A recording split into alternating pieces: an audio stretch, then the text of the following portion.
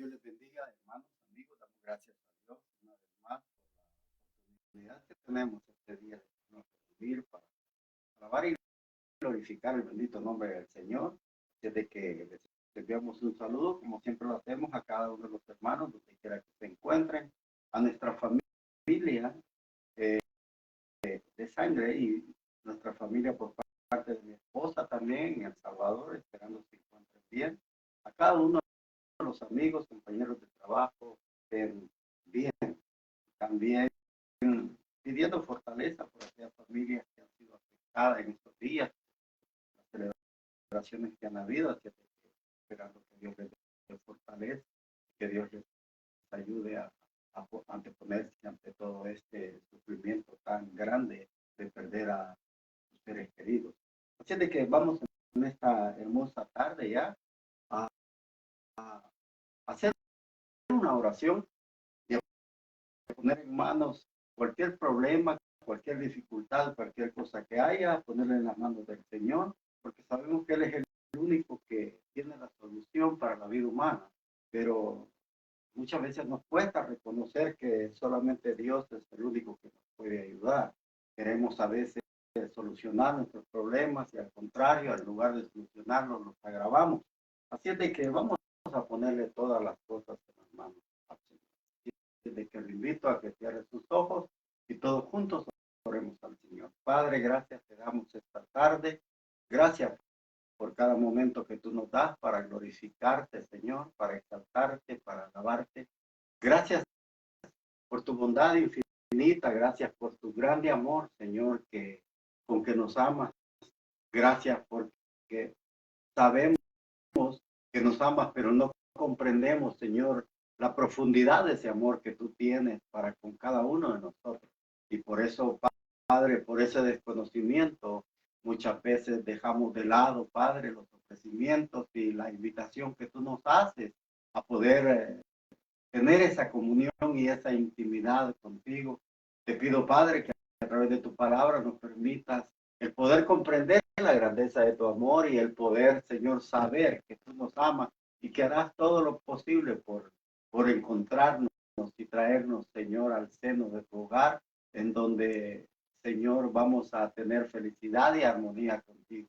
Por eso esta tarde te pido, precioso Señor, que nos ayudes y que a través de tu palabra podamos, Señor, comprender que nuestros ojos espirituales pueden ser abiertos y a lo mismo, Señor, ser receptibles al llamado de tu palabra y que podamos, Señor, glorificarte. Gracias te doy, amado Señor, por la vida de todos aquellos que te han recibido, por todos aquellos que te siguen, Padre, porque de alguna manera han entendido ese amor, pero que escapa muchas veces de nuestra mente. También te pido por aquellos que no han sido alcanzados, Señor amado, que los alcances, que sea tu misericordia, Señor, a favor siempre de cada uno de ellos, que puedas tu Padre traerlos al seno, Señor bendito, de donde nunca debieran haber salido, pero sabemos que tú nos diste libertad para que nosotros podamos tomar decisiones y esas decisiones son responsabilidad nuestra, Padre.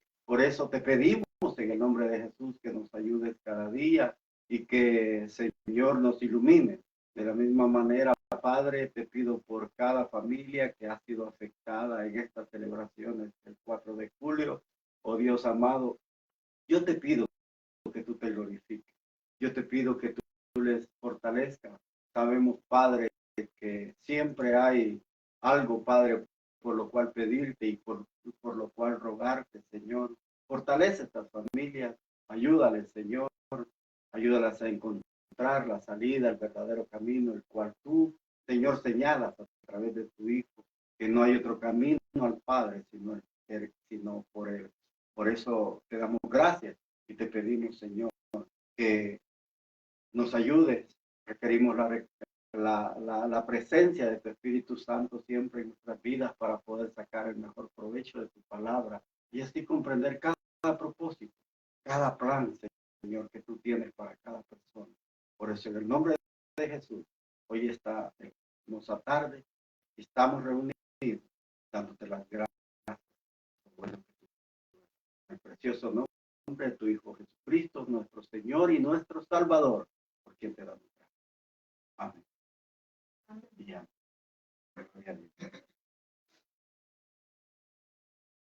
Vamos a abrir la palabra del Señor en el Evangelio de Lucas, en el capítulo 15. Evangelio de Lucas, capítulo 15, es el que nos corresponde estudiar este día. Aleluya. Y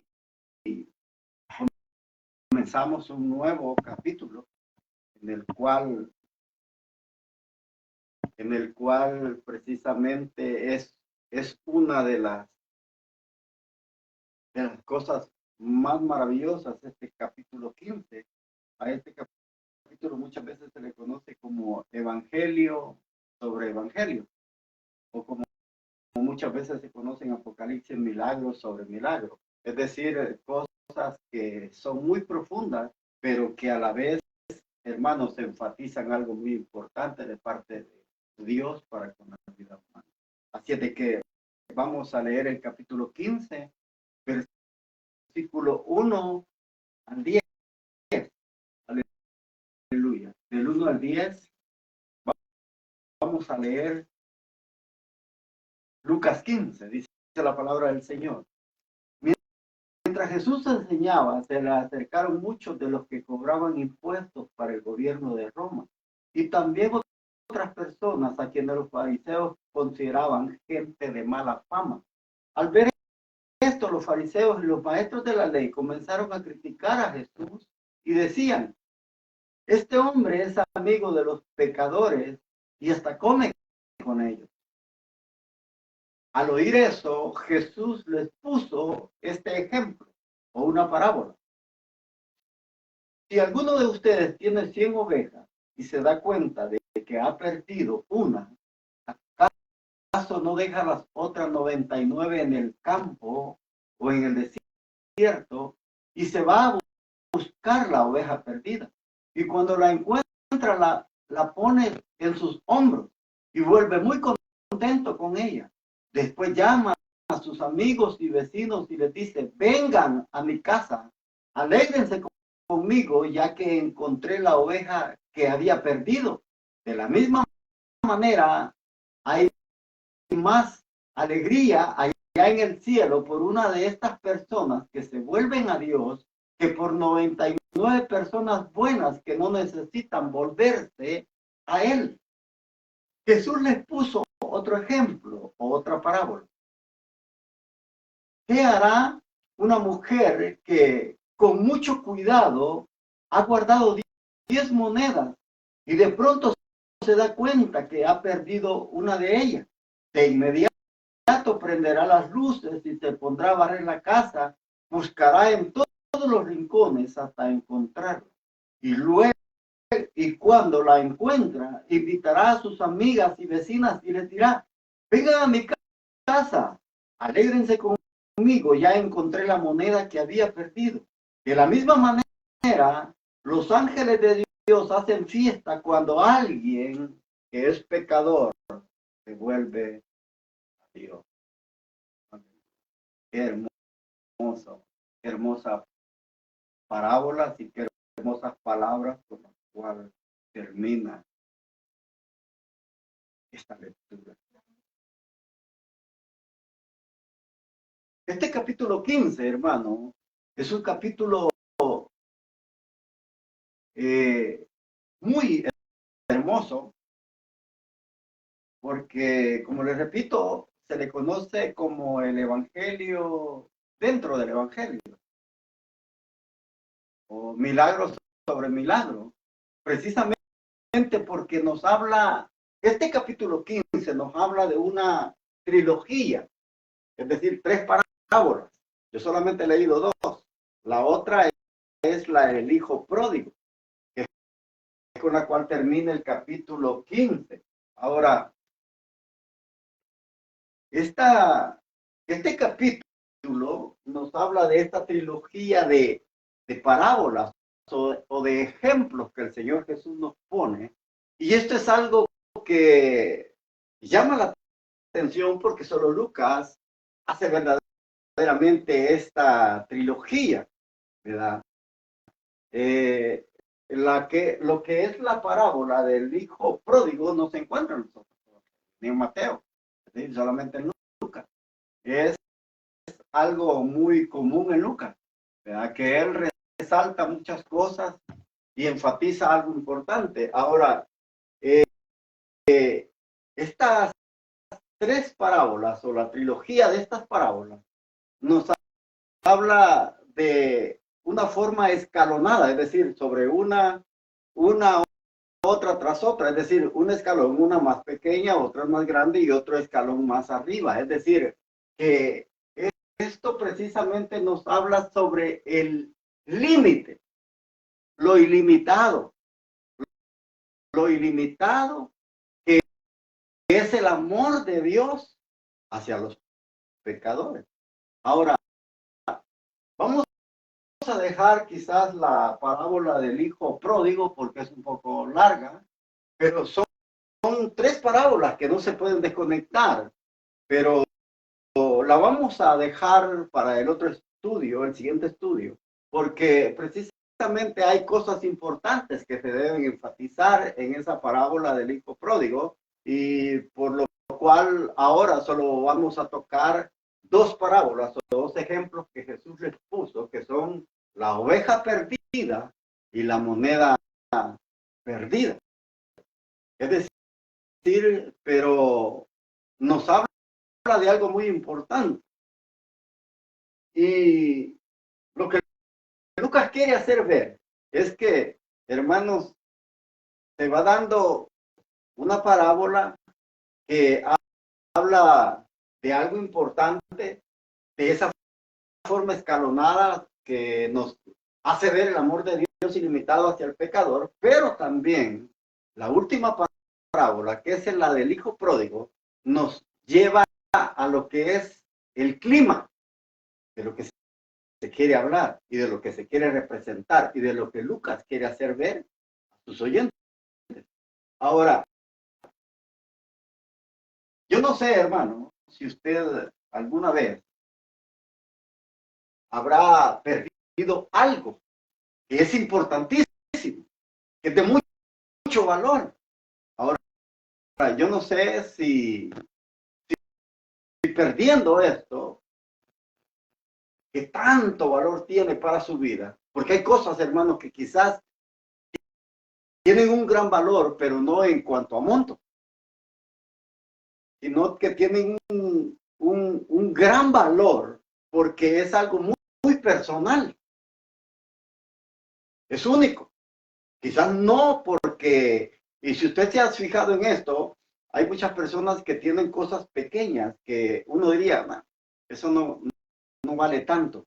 Y la gente las aprecia tanto, las ama tanto, que si las perdiera, hermano, sufren un desaire o sufren situaciones en las que se ven afectados emocionalmente porque tienen un valor emocional para sus vidas. Entonces, lo mismo pasa en esto, es decir, si uno ha perdido algo, hermanos, se alegra y se goza al recuperar lo perdido. Eso es lo que podíamos decir sobre estas parábolas, es decir, la alegría o el gozo de recuperar lo perdido. Ese sería el tema sobre el cual nosotros hablaríamos. Ahora, como les repito, quizás nunca o no sé si alguna vez ha perdido algo que es muy emotivo para usted, que le trae grandes recuerdos y aunque no tenga valor económico, pero quizás emocional sí, y esto es precisamente lo que se habla. Y yo solo quiero comenzar a decirle algo sobre algo que se dice o algo que se cuenta sobre la situación. Es una historia, no sé qué tan real sea, pero es una historia que se cuenta sobre de un anciano que dice que un anciano iba caminando a la orilla del mar, pero delante de él iba un joven. Este joven iba recogiendo aquellas estrellas de mar que el agua sacaba hacia la orilla y dice que él iba por toda la orilla delante del anciano, iba recogiendo las estrellas de mar y las iba tirando hacia lo profundo de la mar nuevamente, es decir, las iba devolviendo a las aguas. Y al anciano le llamó la curiosidad lo que este joven hacía y dice que comenzó a caminar muy rápido, tratando de darle alcance al joven que estaba haciendo esta tarea. Y dice que cuando llega a estar con él, dice que le dice el anciano al joven, él le dice que ¿por qué está haciendo lo que hace?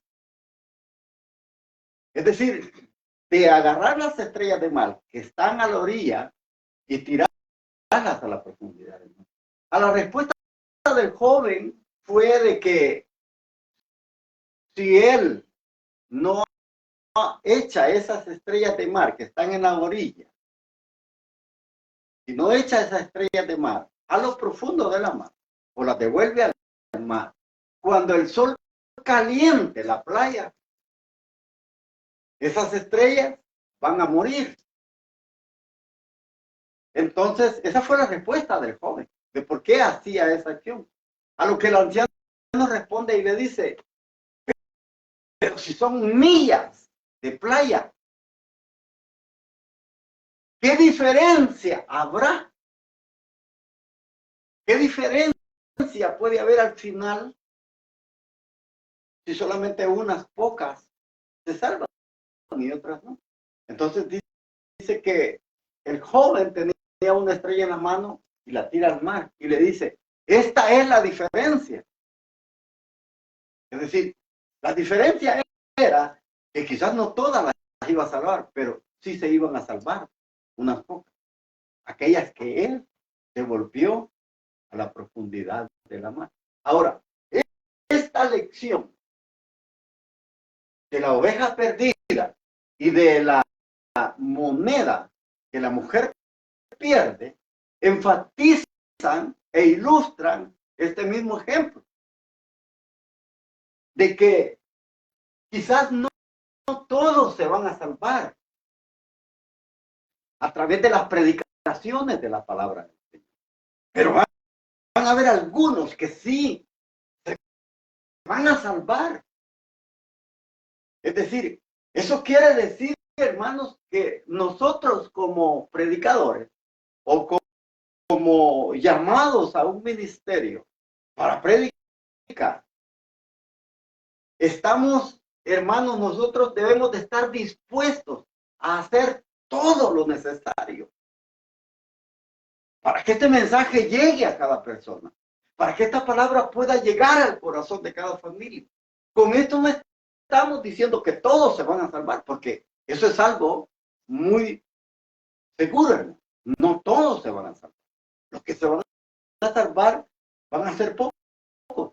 Eso quiere decir que vale la pena el que nosotros nos esforcemos para llevar la palabra de Dios usando estos medios que ahora tenemos a la mano, para que la palabra pueda llegar a lo más lejos, al rincón donde nosotros quizás no podemos llegar, al país donde quizás nosotros no podemos ir, pero la palabra llegará a través de estas plataformas de redes sociales, a donde la palabra se puede difundir. Vale la pena esforzarnos, vale la pena hacer cualquier cosa por tratar de que esta palabra llegue al corazón de cada persona.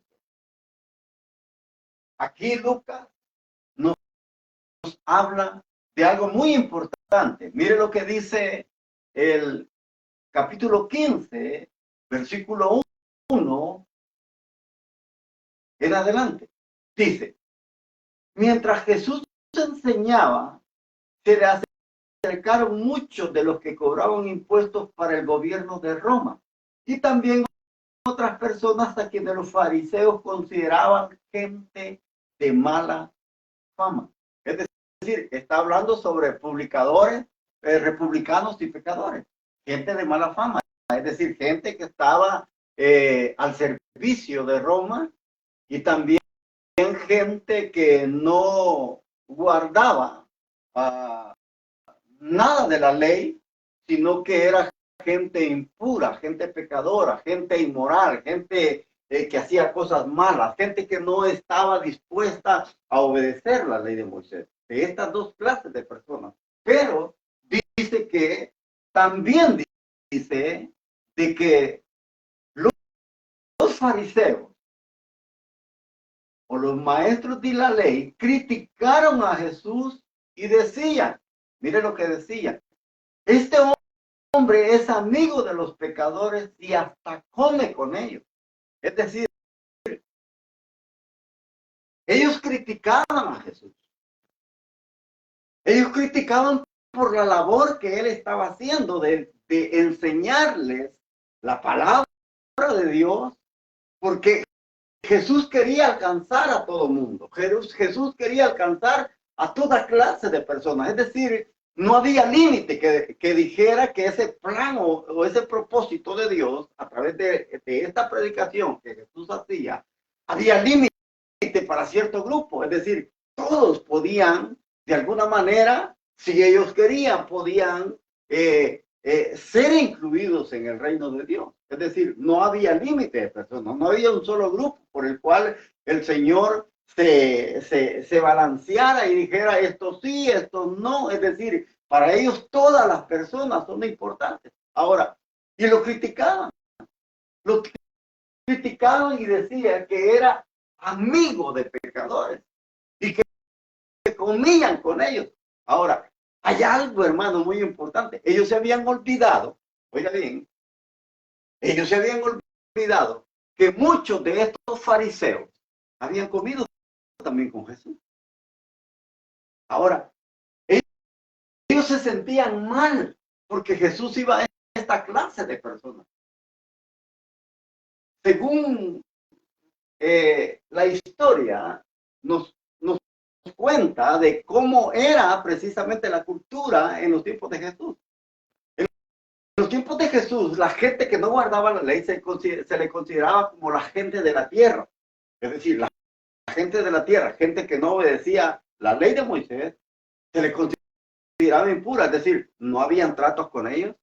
Tampoco un judío podía dar su hijo o su hija en casamiento con una clase de personas de la tierra, es decir, que no obedecían la ley de Moisés. Es decir, no había ninguna clase de trato, ni siquiera para comer, ni siquiera el poderlos invitar aún a su casa. Ahora, recuérdese que esto, después de Jesús, se daba incluso con los judíos que eran muy escrupulosos y tenían cierta reputación hacia ellos mismos, que ellos eran mejores que otras personas. Y esto, precisamente, cuando uno lo lee en el capítulo 10 de Hechos de los Apóstoles, uno se da cuenta cómo Dios trata con Pedro para llevarle el mensaje a gente de la tierra o a gentiles o pecadores o gente de mala fama, como dice acá, para que ellos pudieran entrar al reino de Dios.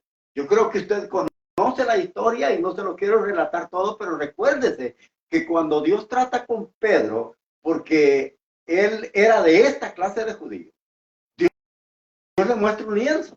Y en el lienzo dice que es un lienzo que baja del cielo, enrollado de los cuatro extremos, es decir, de los cuatro puntos cardinales de la tierra. Es decir, venían animales de toda especie, animales que no se podían comer. Estos animales eran simbólicos porque representaban precisamente la vida de aquellos que no obedecían la ley de Moisés.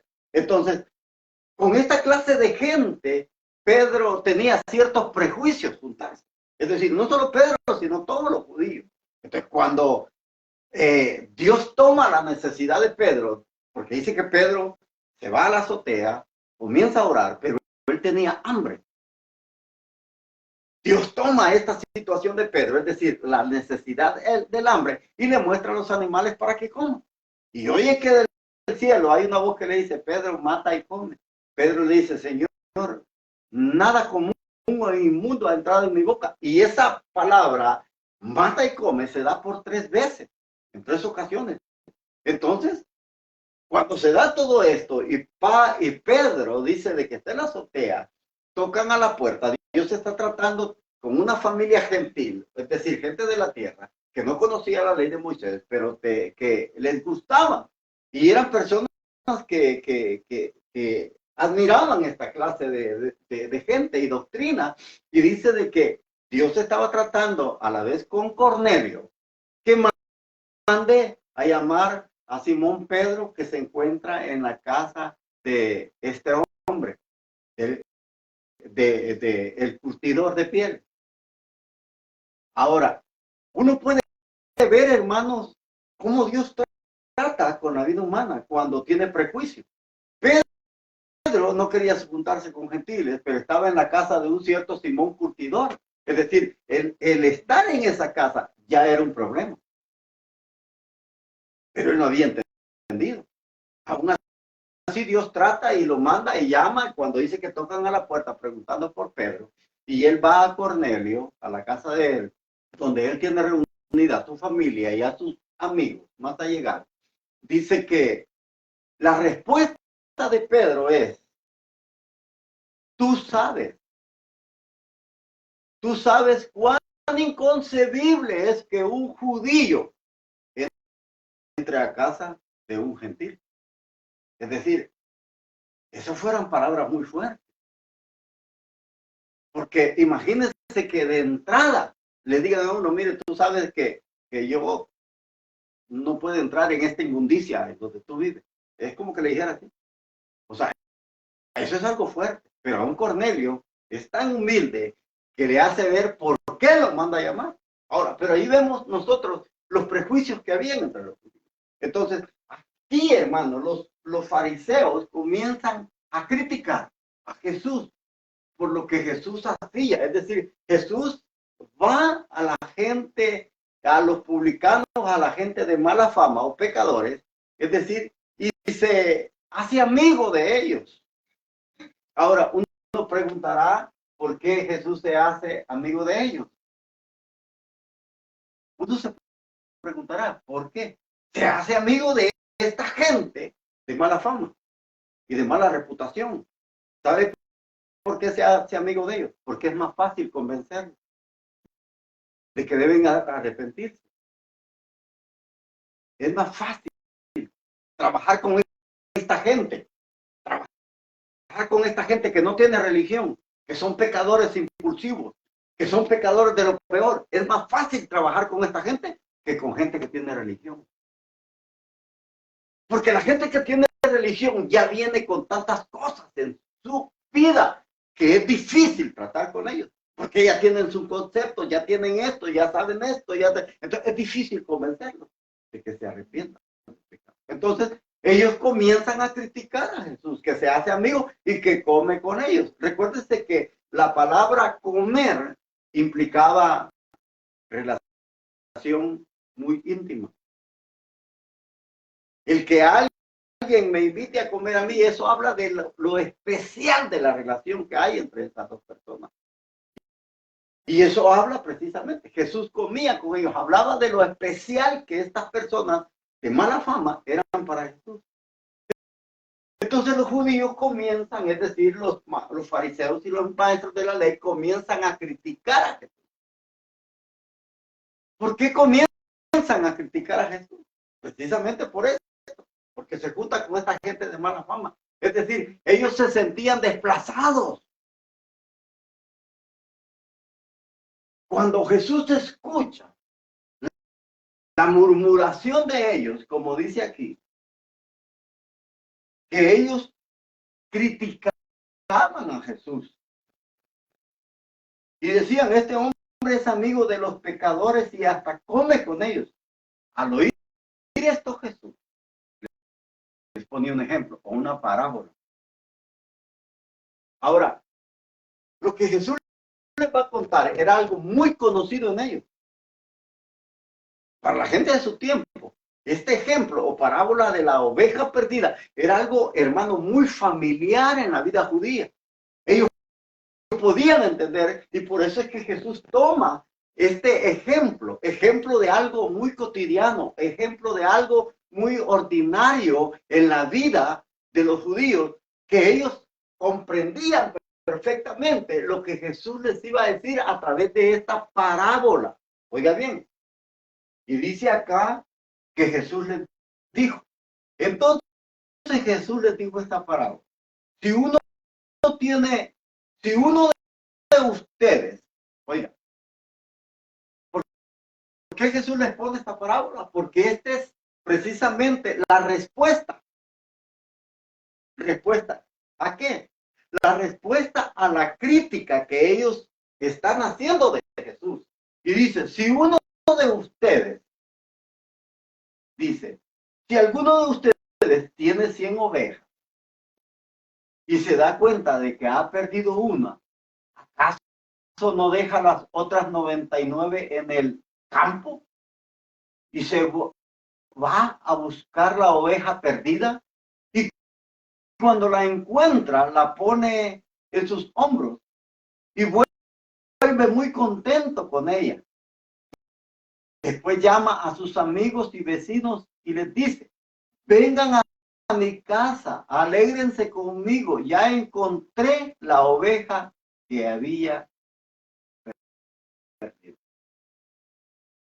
Oiga bien, en respuesta a la crítica, Jesús les cuenta algo muy normal, muy cotidiano, muy conocido en la vida o cultura judía. Es decir, si alguno de ustedes les dice, tiene 100 ovejas, y le dice, y se da cuenta de que ha perdido una. Oiga, se da cuenta. ¿Por qué se da cuenta que ha perdido una? Porque en la vida pastoral, los pastores llevaban las ovejas a las montañas a pastar. Ellos las llevaban allá.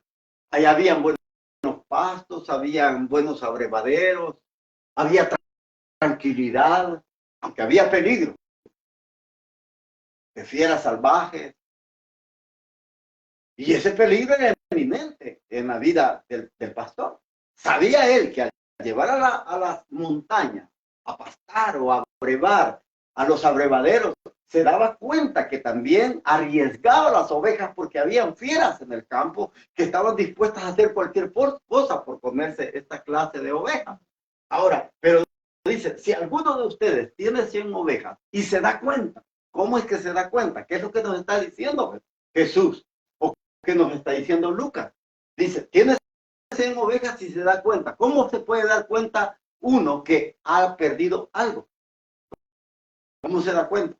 Se da cuenta porque en ese tiempo, cuando los pastores iban, contaban sus ovejas, oiga bien, cuando salían de la comunidad y se iban a las montañas, las contaban para ver cuántas llevaban. Pero también cuando regresaban, las contaban para saber si verdaderamente todas estaban ahí con él. Oiga bien. Pero aquí dice, si alguno de ustedes se da cuenta que tiene 100 ovejas y se le ha perdido una y se da cuenta que se le perdió una, va y la busca. Es decir, cuando el Señor cuenta esta parábola de 100 ovejas, precisamente esto era un pastor con 100 ovejas era precisamente lo más mínimo que un pastor podía tener, que un campesino o varios campesinos podían tener. ¿Por qué? Porque precisamente una persona rica no tenía 100 ovejas, tenía entre 200 y 300 ovejas.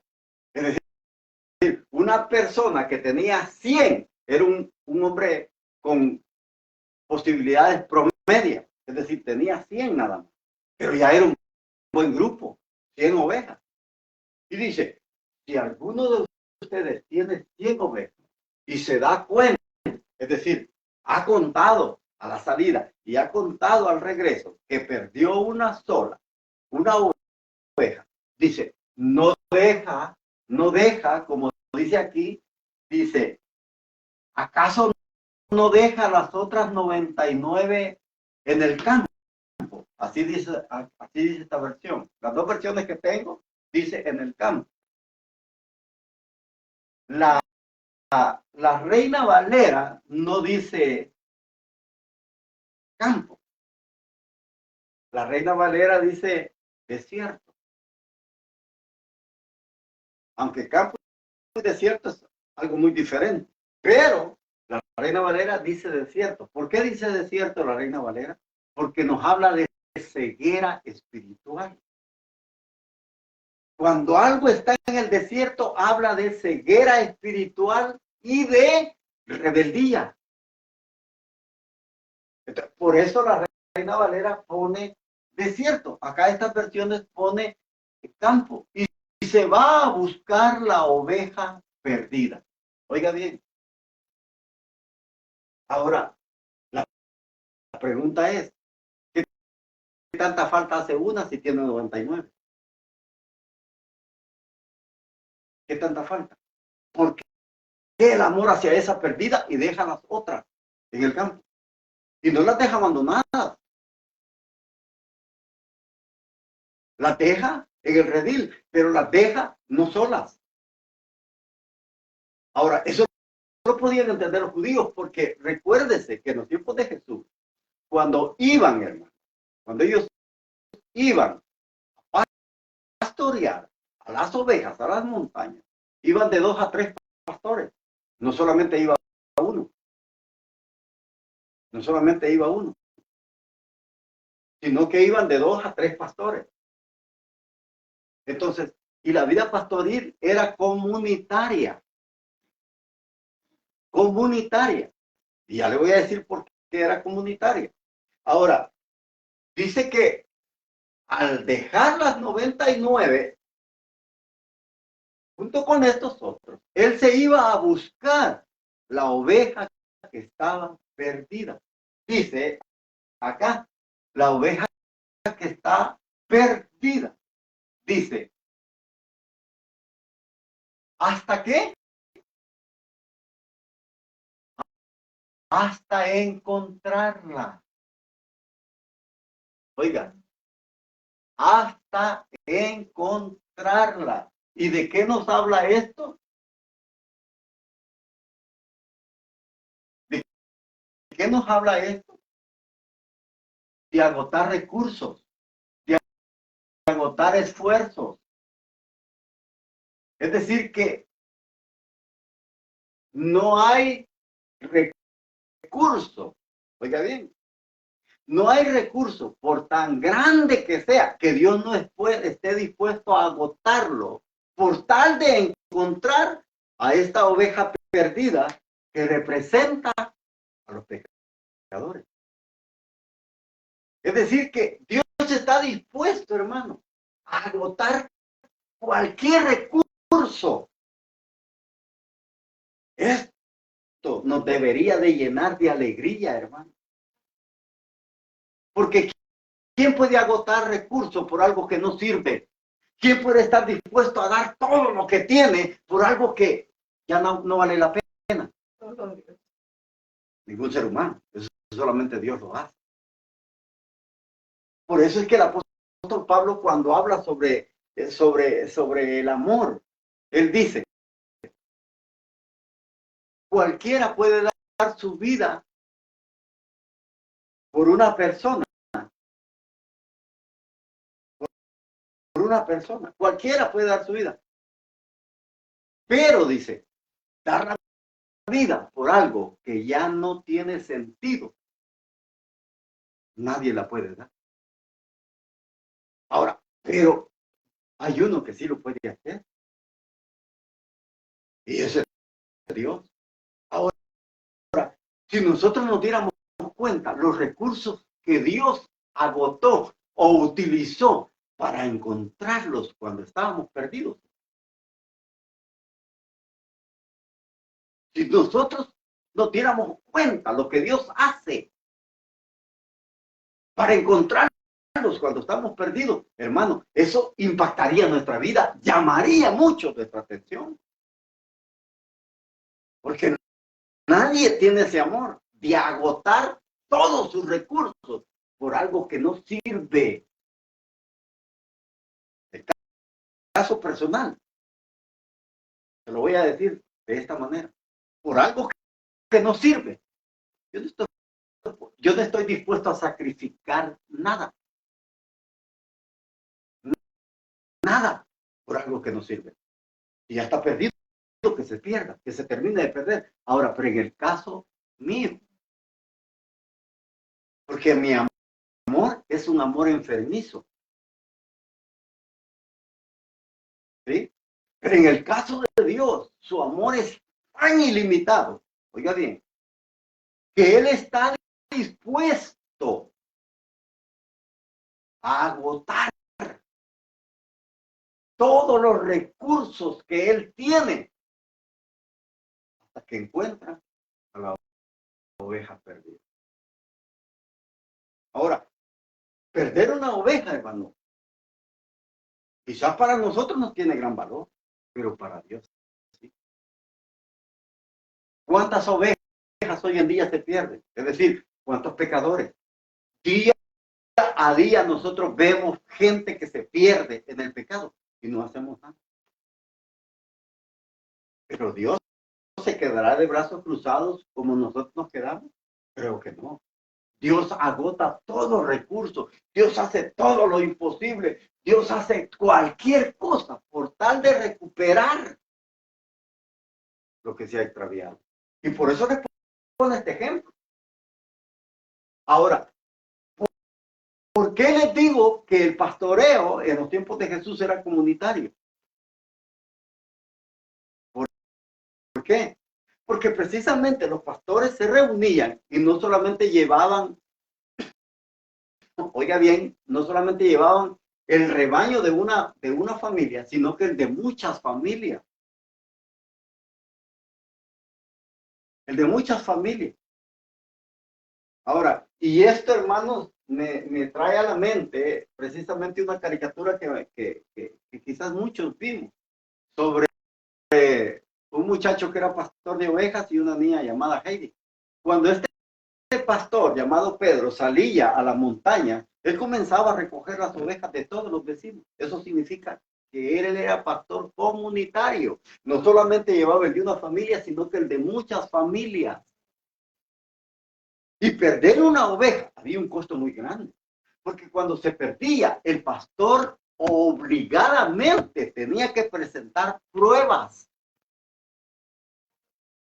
de que ese animal se había perdido o había sido devorado por una fiera salvaje para no pagarla. Si no presentaba pruebas, él tenía que asumir el costo de esta oveja.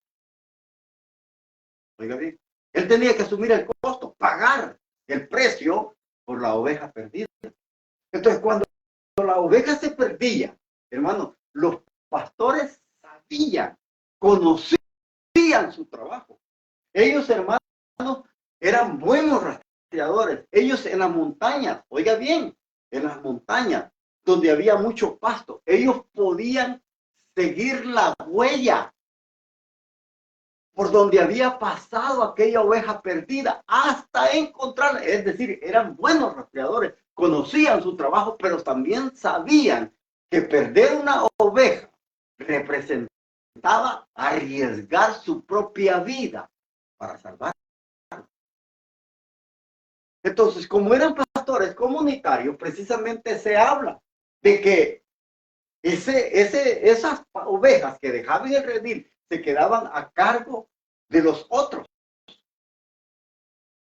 Habían otros pastores también que eran comunitarios que cuando ellos reunían su rebaño, bajaban de la montaña, llegaban a sus casas, comenzaban a dar las ovejas a cada familia, y cuando otras veían que esos pastores no regresaban, la noticia era llevada por estos pastores y decían, se han quedado allá, no han regresado porque se ha perdido una oveja y allá están buscándola. Entonces, cuando estos pastores que reunían sus rebaños y bajaban de la montaña y daban la noticia del por qué otros pastores no habían regresado, la comunidad se quedaba a la expectativa. Se quedaban pendientes, esperando a ver si aquel pastor venía con la oveja que se había perdido o que se había descarriado. Ellos estaban pendientes, viendo hacia la montaña, esperando que el pastor bajara con la oveja perdida. Pero ¿qué dice aquí? Que ellos agotaban todos los recursos, lo que Dios hace, agotar sus recursos para encontrar hasta la que estaba perdida, hasta que la encuentra. Versículo 5. Y dice, y cuando la encuentra, muy feliz la pone sobre los hombros. Ahora, ¿por qué la pone sobre sus hombros? Porque precisamente cuando la oveja se pierde y anda, camina para un lado, para otro, de un lado para otro, y no encuentra el camino hacia donde tendría que llegar al redil, es decir, se cansa. Y cuando se cansa, ¿sabe qué es lo que hace la oveja? ¿Sabe qué es lo que hace la oveja cuando se cansa? ¿Qué es lo que hacemos nosotros cuando nos cansamos? Que caminamos y caminamos y nos cansamos de tanto caminar. ¿Qué es lo que hacemos cuando estamos cansados? ¿Ah? ¿Qué es lo que hacemos? Nos sentamos. Nos sentamos. Y al sentarnos, ¿qué pasa? Ya no queremos mover porque estamos cansados. No queremos movernos por mucho que se nos insista que nos movamos. Sentimos un decaimiento en el cuerpo y ese decaimiento nos hace estar estáticos en un solo lugar y no queremos moverlos. Ahora, eso pasaba con las ovejas. Cuando caminaban errantes por mucho tiempo, se cansaban y al cansarse se echaban al suelo. Entonces, cuando le encontraba el pastor, aunque la quisiera levantar, aunque la pateara, aunque la apoyara o hiciera cualquier cosa para tratar de que esta oveja se parara, ya no se podía levantar. ¿Qué es lo que tenía que hacer el pastor para llevársela? Echarla sobre sus hombros. Es decir, la levantaba en peso y se la ponía sobre sus hombros. Pero ese era precisamente el regocijo, encontrarla. Y cuando le llegaba sobre sus ojos, iba contento, bajando. Y cuando bajaba, oiga bien, dice, la pone feliz sobre sus hombros. Y al llegar a casa, versículo 6, reúne amigos y vecinos y les dice, alégrense conmigo porque encontré las ovejas que se había perdido. Encontré la oveja que se había perdido. Él iba contento. Él iba contento de haber encontrado la oveja perdida. Y dice que cuando llega a casa, cuando baja a la comunidad, él les dice, alégrense conmigo. Y dice, y llama a sus amigos y sus vecinos para que se alegren junto con él porque ha encontrado la oveja perdida. Oiga bien, ¿quiénes eran sus amigos y vecinos? ¿A quién representa los amigos y vecinos en esta parábola? ¿Qué es lo que los fariseos y los maestros de la ley tenían que hacer? ¿Qué es lo que ellos tenían que hacer? En lugar de criticarlo, debía alegrarse con él. Cuando dice que llega y le dice a sus amigos y vecinos, alégrense conmigo. Estos vecinos y amigos eran precisamente, hermanos, que los fariseos tenían que alegrarse porque Jesús estaba atrayendo a pecadores. Trabajo que ellos habían dejado de lado, trabajo que ellos no estaban haciendo, Jesús lo estaba haciendo por ellos. Jesús lo estaba haciendo por ellos. Entonces, ellos deberían alegrarse juntamente con Jesús, pero en lugar de alegrarse, ¿qué es lo que dice en los primeros versículos que ellos hacían? Criticaban a Jesús porque se había hecho amigo y comía con pecadores. Es decir, hermano, ellos habían dejado de lado, ellos no estaban haciendo el trabajo.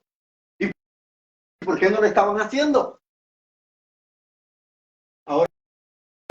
Si nos vamos a Ezequiel, capítulo 34, vamos a ver por qué ellos no estaban haciendo el trabajo.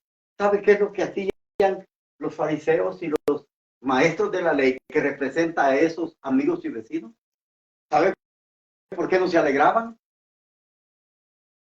¿Sabe por qué no estaban contentos? Porque Jesús les pone este ejemplo de la oveja perdida y que se alegra haberla encontrado y llama a sus vecinos y le dice, alegrémonos, hagamos fiesta, porque encontré la oveja perdida. Porque ellos, en lugar de alegrarse, lo criticaban.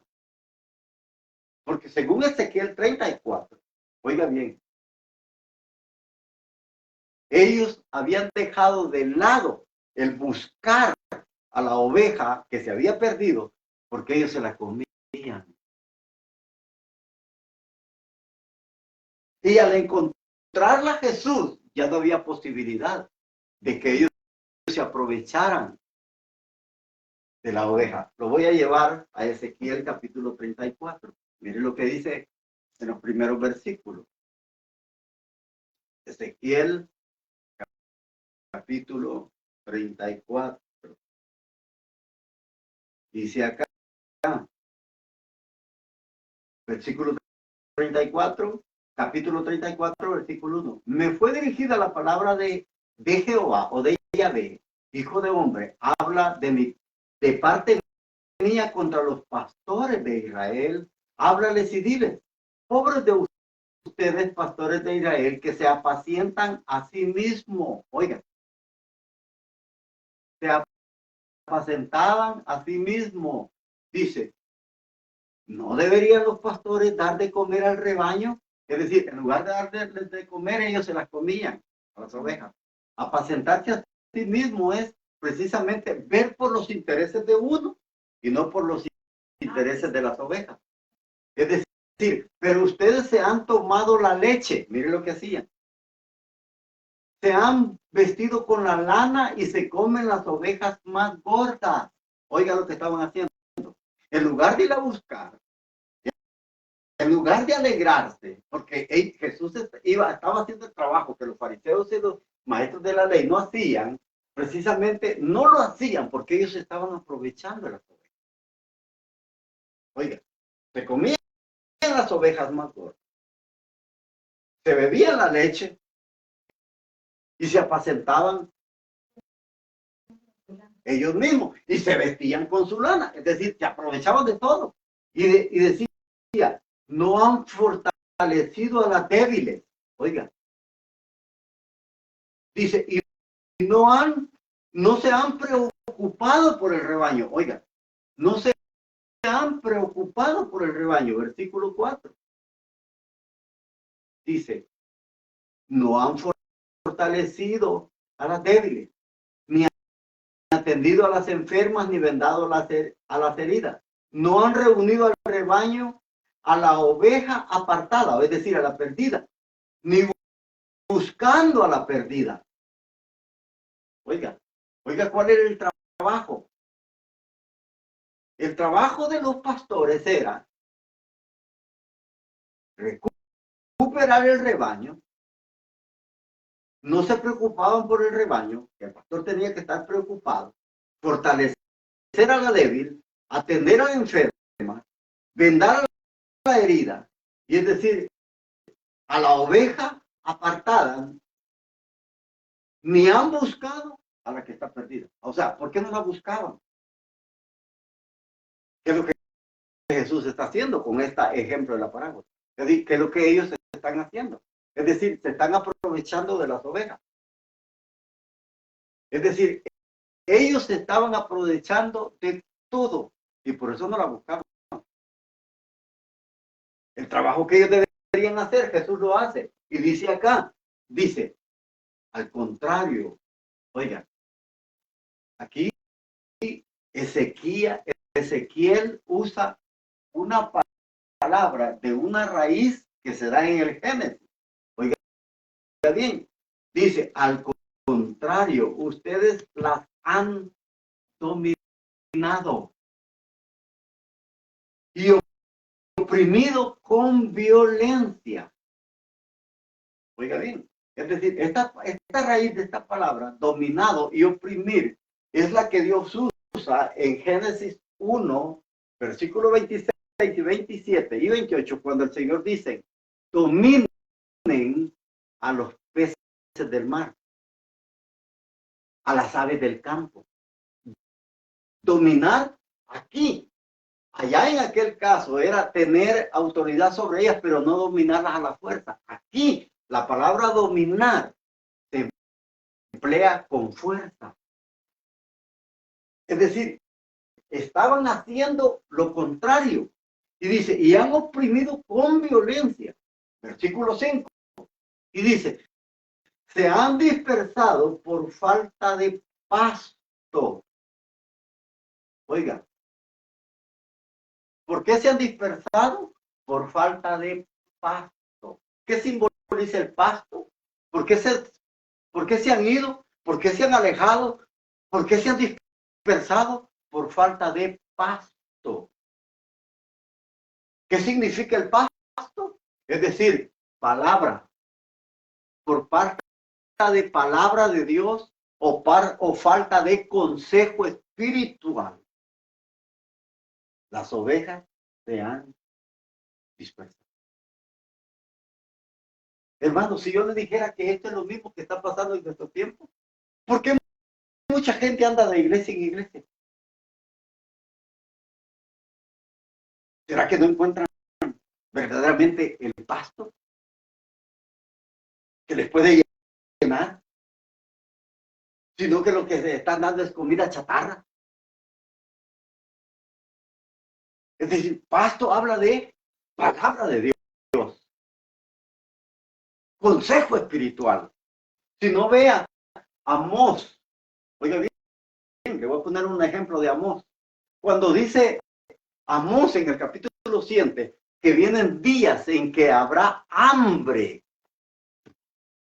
y no de hambre de pan, sino hambre de escuchar palabra de Dios, y no la encontrarán. Es decir, palabra o consejo espiritual de los pastores o de los profetas, pero no lo encontrarán.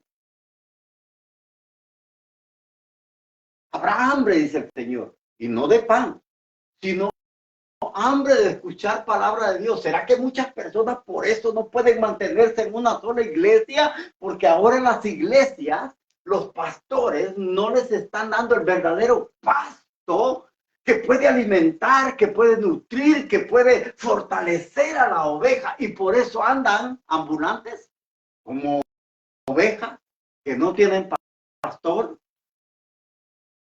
buscando quienes pastoree, y a andar ambulantes, hermano. Mire lo que dice aquí.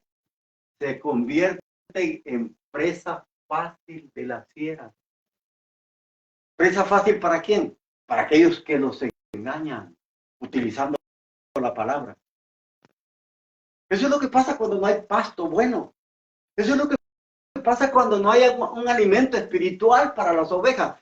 Son presa fácil de aquellos engañadores. Son presa fácil y los engañan. Y eso es un problema, ¿no?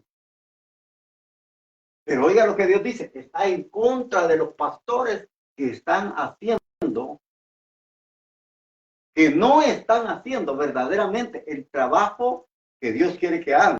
Y el trabajo que ellos tenían que hacer es el que está haciendo Jesús en este ejemplo que les pongo. Oiga bien, y dice más, quizás no se lo voy a leer todo, pero dice más.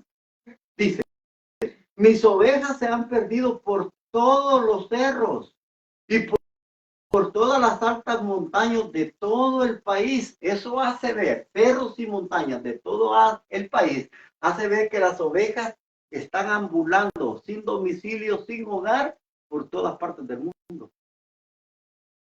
Así están las ovejas. Es decir, no tienen domicilio, es decir, no tienen lugar donde reunirse, no tienen iglesia, no tienen un local, no tienen un lugar en donde sean alimentadas, es decir, no hay un redil en donde la palabra de Dios o el pasto o el alimento espiritual o el consejo espiritual pueda ser dado de parte de los pastores. Por eso andan de cerro en cerro, es decir, sin domicilio, como perdidas. Y dice, andan por las lomas de todo el país sin que nadie las cuide ni las busca.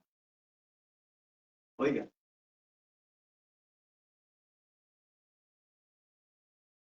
es decir, eso es lo que el Señor está haciendo. Precisamente, cuando Él dice, baja la montaña, se queda, agota todo el recurso, va y trae a aquella que ya no puede caminar, se la pone sobre sus hombros y desciende de la montaña y dice, alégrense conmigo, hagamos fiesta, porque he recuperado la oveja que estaba o que se había perdido. Ahora, versículo 7, yo les declaro que de igual modo habrá alegría en el cielo. Oiga, de igual manera habrá alegría en el cielo por un solo pecador que vuelve a Dios, que por 99 justos que no tienen necesidad de arrepentirse. ¿Quién eran estos justos? Los que se creían que eran justos, pero no lo eran. Porque según Pablo dice que no hay justo ni aún uno. No hay quien busque a Dios. Es decir, ellos no eran justos. Ellos creían ser justos. Exacto. Es decir, ellos creían que eran justos, pero no eran justos. ¿Y quiénes eran ellos? Estos 99 justos. Precisamente está hablando de estos fariseos. Porque ellos se creían que eran justos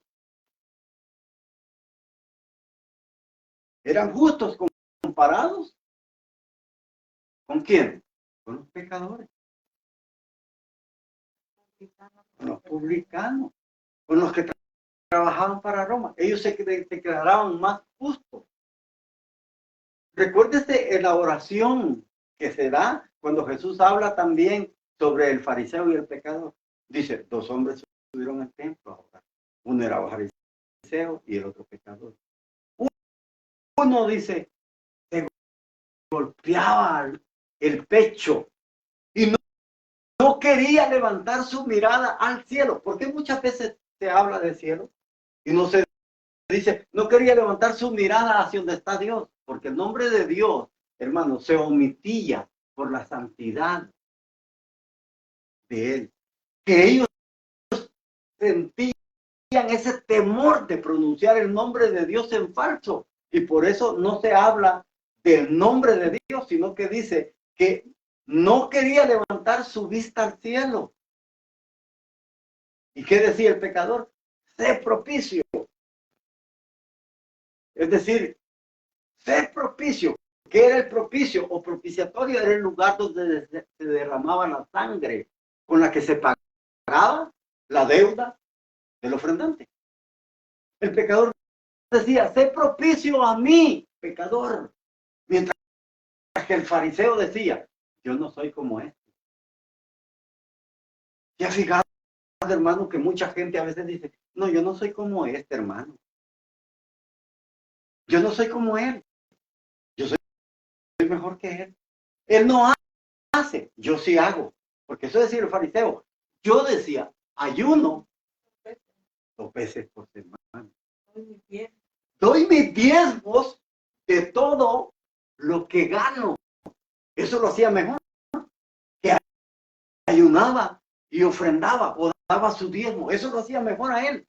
Se medía precisamente con quien no tenía que medirse. Se medía con un pecador. Muchos hermanos hacen lo mismo. Dice, yo soy mejor que este hermano porque yo hago más cosas que él. No se mida con un hermano. Mídase con Jesús. A ver cómo queda. Midámonos con él. No nos midamos con otro hermano. Porque si yo me mido con otro, claro, voy a estar arriba de él.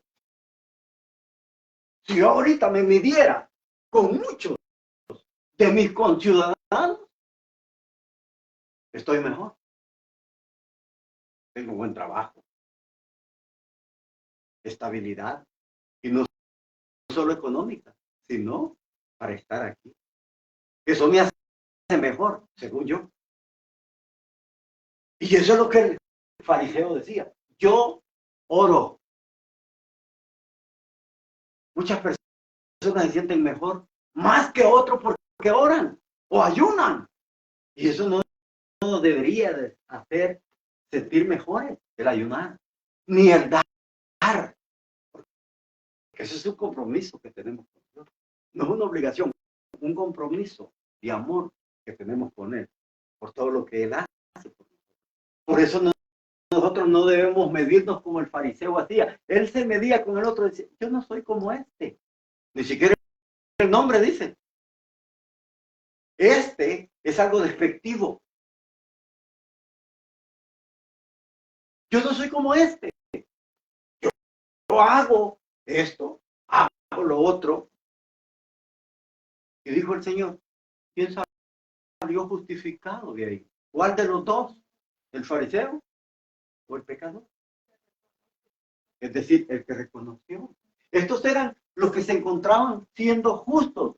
Por eso dice el versículo 7, yo les declaro que de igual modo habrá alegría en el cielo por un pecador que vuelve a Dios que por 99 justos que no tienen necesidad de arrepentir. Es decir, habrá fiesta. ¿A dónde? En el cielo. ¿Pero cuándo? Cuando se juzguen a todos en el juicio final. Dios se alegrará. Es decir, oiga, qué tremendo. 99 no le traen gozo, pero uno alegra el corazón de Dios. Uno que se arrepiente, es decir, trae alegría, trae gozo, trae algo pleno en la vida de Dios. Y sus emociones afloran. Así hay gozo delante de Dios, dice. Cuando un pecador se arrepiente. Hermano, si nosotros pudiéramos ver con nuestros ojos el gozo que se da en el cielo cuando alguien se arrepiente, hermano, yo creo que nosotros nos quedaríamos admirados. Porque una sola persona le saca alegría a Dios más que 99 personas. ¿Por qué? Porque dice que este pecador se arrepiente, mas los 99 no tienen necesidad. Es decir, recuérdese que el capítulo 14, ¿de qué nos estaba hablando? De una fiesta de boda, en donde se les invitó. ¿Y a quiénes se les invitó? Gente acomodada. ¿Quiénes eran estos acomodados? Escribas y fariseos. Es decir, ellos no vieron la necesidad de ir a esa invitación y la rechazaron. ¿Y cómo la rechazaron? Dijo el Señor, ninguno de estos va a poder comer mi cena, lo que he preparado. Pero vayan a los lugares donde está la gente incapacitada espiritualmente, es decir, ciegos espirituales, cojos espirituales. Es decir, toda esa clase de gente que espiritualmente está en la bancarrota, dice el Señor, a esos traigan. Porque ellos sí iban a comer. Ellos no rechazaron, mas estos otros rechazaron. Aquí es lo mismo. Los 99 son justos. Hay personas, hermanos, que a veces dicen, yo no necesito el evangelio. Yo no soy tan malo como es malo aquel. Yo no necesito arrepentirme porque no he matado a nadie. Eso es lo que mucha gente dice. O sea, eso los justifica, los hace mejores que otros. Pero recuérdese que la palabra de Dios dice que no hay justo ni aún uno. No hay quien invoque a Dios. Todos se han descarriado y a una se han vuelto inútiles. Corren hacia lo malo, sus manos están manchadas no solo de derramar sangre, sino de tanta maldad. Dice, se apresuran, su garganta habla cosas perversas. Dice, tienen en su boca como veneno de serpiente. Sus palabras dañan. Es decir, no es justo. Pero aquí ellos se consideraban justos porque eran mejores que los pecadores. Así es en la vida, hermano. Mucha gente te dice, no, yo no necesito arrepentirme, yo no necesito el evangelio. Mira, mejor predícale el evangelio a aquel, porque aquel sí lo necesita. Y eso es lo que muchas veces pasa en las iglesias. A veces el mensaje está dándose, Dios está hablando, y a veces hay personas que dicen, ¿cómo quisiera que hubiera venido fulano? Porque ellos no se consideran malos. El mensaje no es para ellos, es para aquel que no vino. Y dicen muchos, como quisiera que el hermano fulano de tal hubiera venido, porque a ese sí le hubiera quedado el mensaje. ¿Y a usted qué? Justo. ¿Usted no se considera pecador? Y todos somos pecadores, incluyendo a su servidor. Todos fallamos de muchas maneras. Todos le fallamos a Dios. No hay hombre perfecto que no le falle. Dice Salomón en Eclesiastés, no hay hombre sobre la tierra que haga el bien y que no peque. ¿Cómo le quedó? Es decir, no hay hombre bueno sobre la tierra que haga bien y que no peque. Es decir, que el pecado está en la vida de cada persona. No hay persona que pueda decir, yo no necesito. Todos necesitamos de esa gracia divina. Todos necesitamos de ese amor inmensurable. Todos necesitamos de esa misericordia, de esa gracia que Dios ha derramado a través de su Hijo en la cruz del Calvario. Es decir, y allí termina, en donde dice, justos que no tienen necesidad de convertirse, es decir, de volverse a Dios. Aquí, versículo 8, nos habla la otra parábola o el otro ejemplo. Dice, cuando una mujer pierde una moneda de las 10 que tiene, no enciende una luz, no barre la casa y busca cuidadosamente hasta hallarla. Apenas la encuentra, reúne a sus amigas y vecinas y les dice, alégrense conmigo, porque he hallado la moneda que se había perdido. Les declaro que de la misma manera hay gozo entre los ángeles de Dios por un pecador que cambie su corazón y su vida. Oiga. Ahora, ¿qué se está enfatizando acá?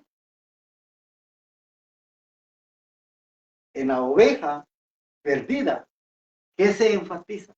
Es decir, sobre lo que Dios está diciendo, lo que Jesús está diciendo a través de esta parábola de la oveja perdida, está enfatizando que no hay nada tan costoso para Dios que Él no puede emplear hasta que encuentra la oveja perdida. En esta parábola, ¿qué es lo que enfatiza Jesús?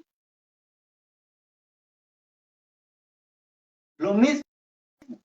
Es decir, tanto estas dos, la oveja como la moneda perdida y el hijo pródigo, enfatizan lo mismo, solo que cada una va ascendiendo a un nivel hasta llegar a lo que verdaderamente se quiere decir, que es la parábola del hijo pródigo. Ese es el clímax o la cúspide, podríamos decir, o la cúpula donde ellos muchas veces quieren llegar. Por eso es que en la Biblia, y vamos a ver esto también en los libros de los profetas. Los profetas, hermanos, van escalando hasta que llegan al clima. Clima se le llama a lo que verdaderamente ellos quieren dar a conocer. Y esto es lo que Jesús enfatiza. Ahora, ¿qué está enfatizando en este versículo 8? Enfatiza la acción y la diligencia de la mujer. Cuando una mujer pierde una moneda de 10 que tiene, oiga, de 10 que tiene, dice, no, no enciende una luz, barre la casa y la busca cuidadosamente hasta hallarla. Una mujer pierde una moneda de 10. Oiga, allá eran 90, eran 100 y pierde una. Aquí son 10 y pierde una moneda. En el hijo pródigo, exacto, son 2 y se pierde uno. O sea, si usted va de manera ascendente, de un animalito, una moneda, a un hijo. Es una manera escalonada en cómo ellos han preparado todo esto para llegar al máximo de lo que ellos quieren decirnos sobre ese plan de Dios para con nosotros. Ahora, dice que esta mujer perdió de 10 monedas que tenía, perdió una. ¿Y de qué nos habla estas 10 monedas? Oigan, o sea, esto era muy conocido quizás para nosotros, ¿no? Quizás para nosotros es algo extraño, porque estas 10 monedas representaban a un dote matrimonial. Ahora, en la versión Reina Valera dice, perdió un dracma. Y dice, la Reina Valera, perdió un dracma de 10 dracmas que tenía. Ahora, ¿qué era el dracma? El dracma precisamente era la moneda griega de plata, que tenía el valor del trabajo de un día de jornal, como el denario. Pero nada más que el denario tenía más valor que el dracma. El dracma era de plata. Era el sueldo de un jornal de su trabajo de día.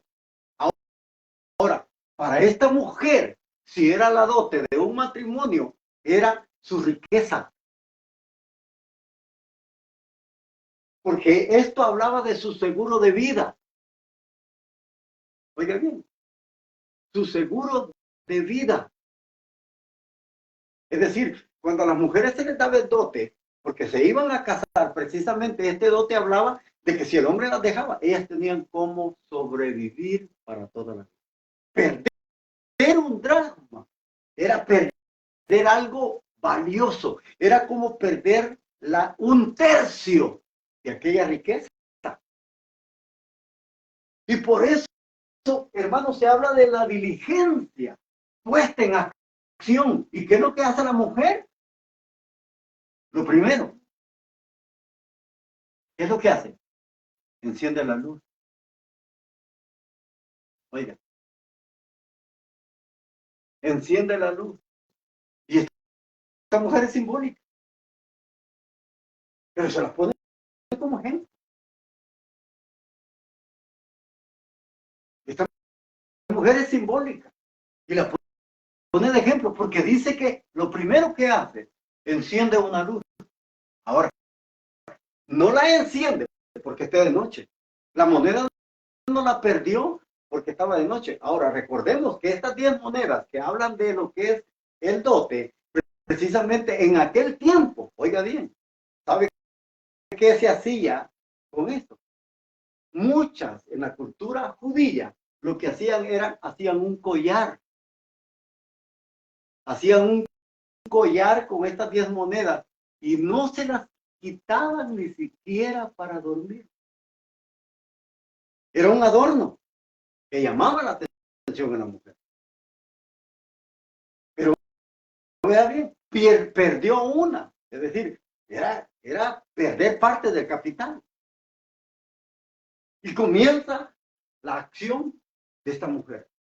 Eso es lo que enfatiza, la acción y la diligencia que la mujer hace. ¿Y qué es lo que hace primero? Enciende la luz. Ahora, si decimos que esta mujer es simbólica, ¿quién enciende la luz en la vida humana? Quiere decir que esa casa estaba a oscuras. No enciende la luz porque está de noche, sino porque recuérdense que las casas en Palestina, en los tiempos de Jesús, no tenían ventanas. Y al no tener ventanas, la claridad del sol no entra. con fuerza para decir que no va a encender. Es decir, cuando enciende la luz, no es porque esté a oscuras, enciende la luz porque la luz solar no entra a su casa. Entonces, esta luz que enciende no es una luz cualquiera,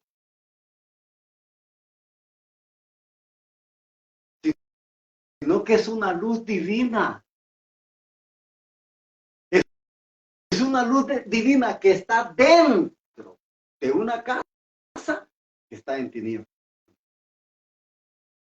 Oiga bien. De una casa que está en tinieblas. Ahora, recuérdese que atrás, hace muchas semanas atrás, estudiamos cuando dice que aquel espíritu inmundo dice, volveré a mi casa. Volveré a mi casa. Quiere decir que esa casa está hablando de la vida humana. Está en tinieblas. Pero esa luz no es la luz solar, es una luz divina. ¿Qué es lo que Jesús dice en el Evangelio de Juan, capítulo 1? Dice, yo soy la luz de los hombres. Es decir, es la fuerza espiritual de Dios en la vida humana, dándonos vida. Y esa mujer, lo primero que hace, enciende una luz. Y luego, ¿qué es lo que hace? Y dice, barre la casa. Mira bien, barre la casa.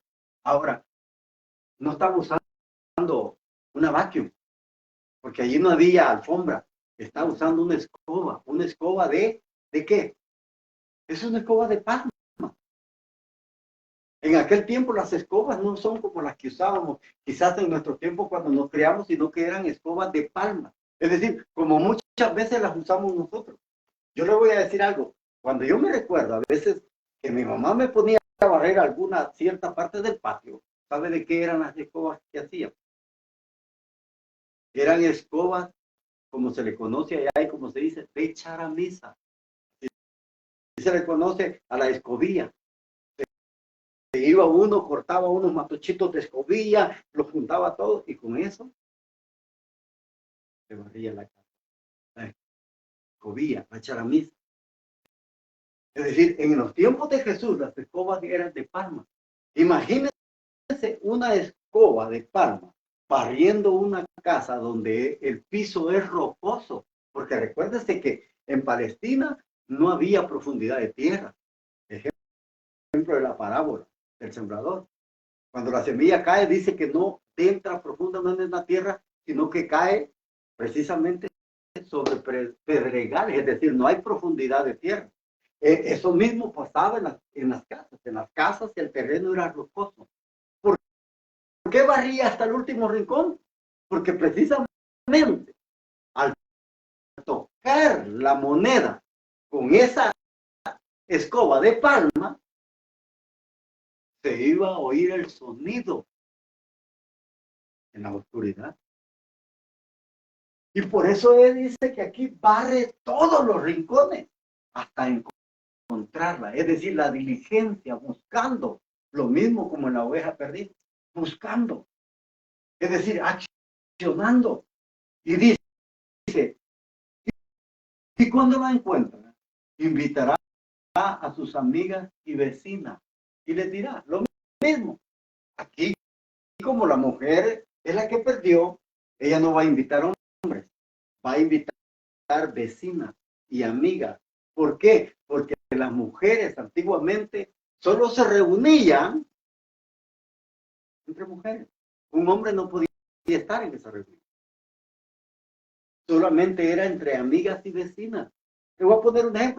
Es como cuando una mujer en nuestros tiempos hace un baby shower. Ahí no van hombres. Van solo mujeres. Porque la celebración es en cuanto a qué? En cuanto a un hijo nacido. ¿Verdad? Que no ha nacido, perdón. En un hijo que está por nacer. Es decir, es una reunión femenina de mujeres. Y esto pasa aquí.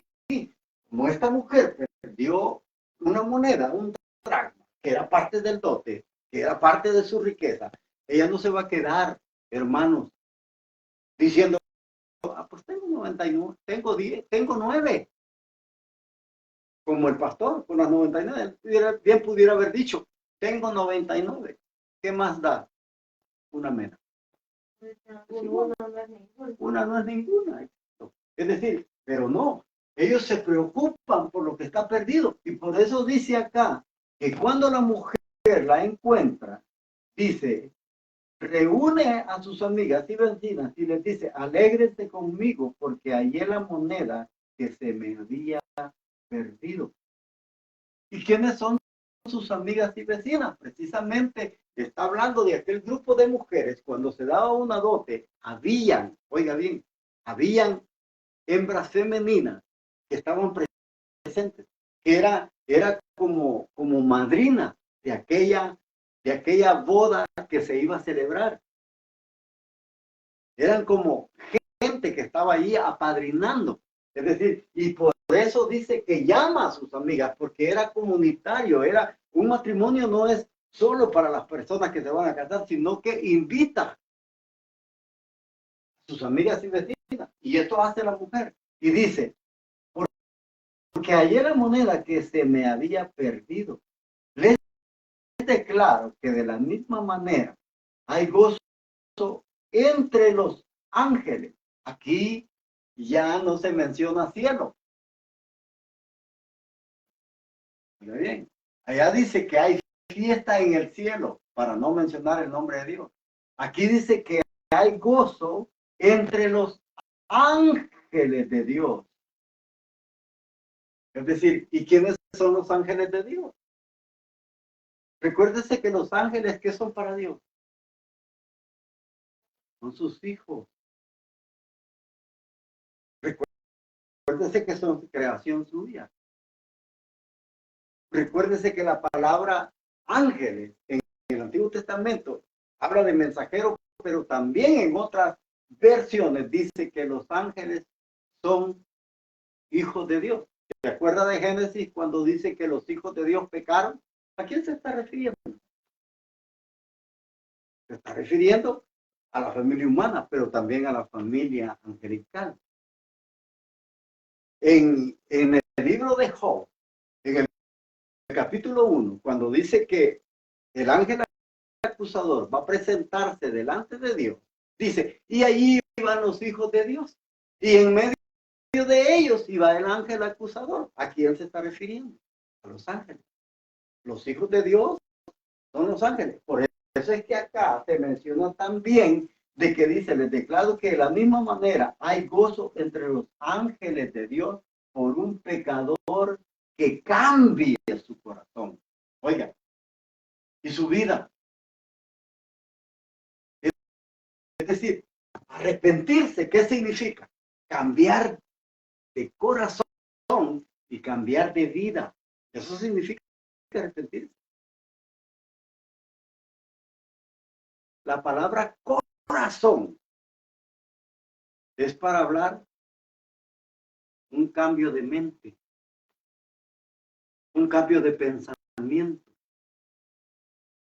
Es decir, por eso dice, hay gozo delante de los ángeles. Entonces, si los ángeles son hijos de Dios, quiere decir que los ángeles se alegran, porque los ángeles son parte de la familia de Dios. Entonces, los ángeles y el ser humano somos parte de la familia de Dios. Quiere decir que cuando un pecador se pierde, esta familia angelical se entristece. Se llenan de tristeza porque un pecador, un hombre se ha perdido. Pero cuando se halla como familia de Dios, también hacen fiesta delante de Dios. Por un pecador que cambia su mente. Yo le pongo mente en lugar de corazón, porque el corazón no se puede cambiar. Pero los pensamientos de nuestra mente sí se pueden cambiar. Y al cambiar nuestros pensamientos, cambia, ¿qué cosa? Nuestra forma de vida. nuestra conducta, nuestra manera de actuar, nuestra manera de hablar, nuestra manera de ser. Todo cambia. Si cambiamos nuestros pensamientos, va a cambiar toda nuestra vida. Por eso dice, por un pecador que cambia su corazón y cambia de vida. Por eso Pablo en los Romanos enfatiza y dice, renovaos, renovaos, es decir, cambien vuestra manera de pensar, porque si vuestra manera de pensar va a cambiar vuestra forma de hablar. Y si vuestra forma de hablar cambia, va a cambiar toda nuestra acción, toda nuestra vida, todo nuestro ser va a ser cambiado. Quiere decir que muchas personas no cambian. ¿Por qué? Porque no cambian su manera de pensar. No han renovado su forma de pensar. Todo está aquí, hermano. Si usted y yo cambiamos nuestra manera de pensar, cambiará nuestra manera de vivir, cambiará nuestra manera de hablar y cambiará nuestra manera de accionar. Ahora, eso es arrepentimiento. Arrepentimiento no es que voy a la iglesia. Arrepentimiento no es que canto, porque eso cualquiera lo sabe, cualquiera lo hace, cualquiera lo aprende. Pero cambiar su manera de vivir solamente está aquí. Y eso es algo que mucha gente no quiere hacer.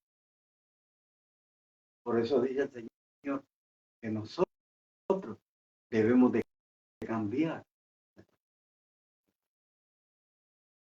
Eso es arrepentirse, cambiar la forma de pensar. Desde que, hermano, yo lo dejo hasta aquí. El próximo estudio vamos a estar continuando con lo que es la parábola del hijo pródigo, que es precisamente el clima de lo que Lucas quiere enseñar, precisamente de ese amor de Dios hacia la vida del pecado. Dios le bendiga, Dios le guarde.